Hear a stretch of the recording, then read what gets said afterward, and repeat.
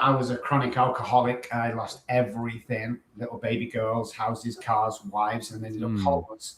And I was homeless for about 14 months, all this stuff. But when I had the spiritual awakening and I look back now, I know that God was taking me through that so I call it a semester at Harvard.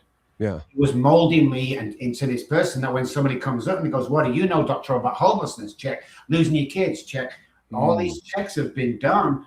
That's what qualifies me to be here, not the diplomas and the college. No, that doesn't mean nothing. When you're sat in front of somebody who's dying of untreated alcoholism, Yeah. The only thing that matters is where you've been and where you can take them.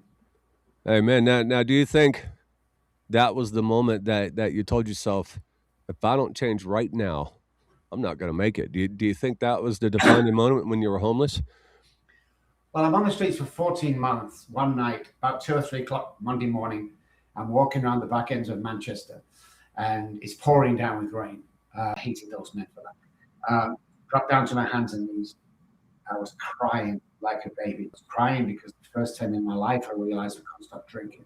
I don't know why I did this, guys, but I looked up to the sky and I said, if there's a God up there, I can't do this on my own anymore. He took a shortcut he's never taken before and he came upon me.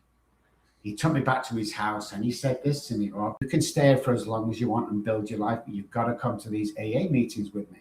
And he said, well, Rob, I can't have you drinking in the house. So I went to the meeting the next day. This guy said, my name's John and I'm a recovered alcoholic, is what he said. And I asked him would he sponsor me and he said, no, but I'll be a spiritual advisor for 12 weeks. Things started to change immediately the next day. And I was teaching stuff that nobody else had heard. I was teaching stuff and people were getting well, guys. Anyway, after about 2 weeks, I got a pay packet. I got a small job, went round to his house, got a little teddy bear and a card.